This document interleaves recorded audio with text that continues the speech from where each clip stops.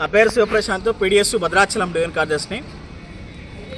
తెలంగాణ రాష్ట్రంలో విద్యాశాఖ మంత్రిని నియమించాలని చెప్పేసి పెండింగ్లో ఉన్న స్కాలర్షిప్ని విడుదల చేయాలని, మెనూ సంబంధించినటువంటి బిల్స్ని విడుదల చేయాలని చెప్పేసి, హాస్టల్లో ఉన్న సమస్యలని ఎస్సీ, ఎస్టీ, బీసీ, మైనార్టీ గురుకులాలు, ఆశ్రమ పాఠశాలలు, పిఎంహెచ్ హాస్టల్స్ మౌలిక సదుపాయాలు కల్పించాలని, అట్లాగే స్కూల్ సంబంధించినటువంటి వాళ్ళకి అమ్మాయిలకు కానీ అబ్బాయిలకు కానీ టాయిలెట్స్ లేని పరిస్థితులలో విద్యా సంస్థలు ఉన్నాయి, ప్రభుత్వ విద్యా సంస్థలు. అట్లాగే జూనియర్ కళాశాలల్లో సరైన సౌకర్యాలు లేని పరిస్థితి. దాంతోపాటు భద్రాచలం కేంద్రంగా ఉన్నటువంటి జూనియర్ కాలేజ్ కానీ, అట్లాగే సంబంధించినటువంటి డిగ్రీ కాలేజ్ కానీ, లేదనుకుంటే ప్రభుత్వ సంబంధించినటువంటి విద్యా సంస్థలలో మౌలిక సదుపాయాలు లేక అనేక ఇబ్బంది పడుతూ ఉన్నారు. వెంటనే తక్షణమే సంబంధించినటువంటి దానికోసం మౌలిక సదుపాయాలకి నిధులు కేటాయించాలని చెప్పేసి పీడిఎస్ డిమాండ్ చేస్తూ ఉంది.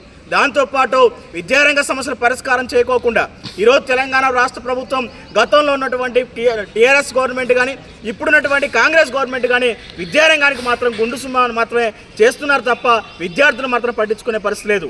విద్యార్థులకు సంబంధించిన దాంట్లో అధికారంలో రాకముందు విద్యారంగ సమస్యలు పరిష్కారం చేస్తాం, విద్యా వైద్యం అని చెప్పేసి ముందు చెప్పినటువంటి ప్రయోగాలకు కల్పించినటువంటి రాజకీయ నాయకులు మొత్తం కూడా గద్దెనెక్కిన తర్వాత అందరూ మర్చిపోయే పరిస్థితి కనబడతా ఉంది. దాంట్లో భాగంగానే రేవంత్ రెడ్డి కూడా అదే పద్ధతిలో కొనసాగిస్తూ ఉన్నారు. కాబట్టి ఇవన్నీ సమస్యల పరిష్కారం కావాలంటే విద్యారంగానికి 30% నిధులు కేటాయించాలి. లేనుకున్న పరిస్థితుల్లో పీడిఎస్ ఆధ్వర్యంలో ఖచ్చితంగా రాబోయే అసెంబ్లీని మాత్రం ఖచ్చితంగా ముట్టడిస్తాం. ఈరోజు ప్రజలకు సంబంధించిన దాంట్లో ఎమ్మెల్యేలు ఎక్కడున్నా సరే ఎక్కడైనా అడ్డుకుంటామని చెప్పేసి పీడిఎస్ హెచ్చరిస్తూ ఉంది. దాంతోపాటు ఈ భద్రాద్రి కొత్తగూడెం జిల్లా మొత్తంలో కూడా ఏజెన్సీ ఏరియా సంబంధించిన దాంట్లో కూడా భద్రాచలం కేంద్రంగా లా కాలేజీని ఏర్పాటు చేయాలని చెప్పేసి కూడా గత 2 సంవత్సరాల నుంచి కూడా మనం పోరాటం నిర్వహిస్తూ ఉన్నాం. దాంతోపాటు చర్ల కేంద్రంగా డిగ్రీ కాలేజీని కూడా ఏర్పాటు చేయాలని చెప్పేసి కూడా పోరాటం నిర్వహిస్తూ ఉన్నాం.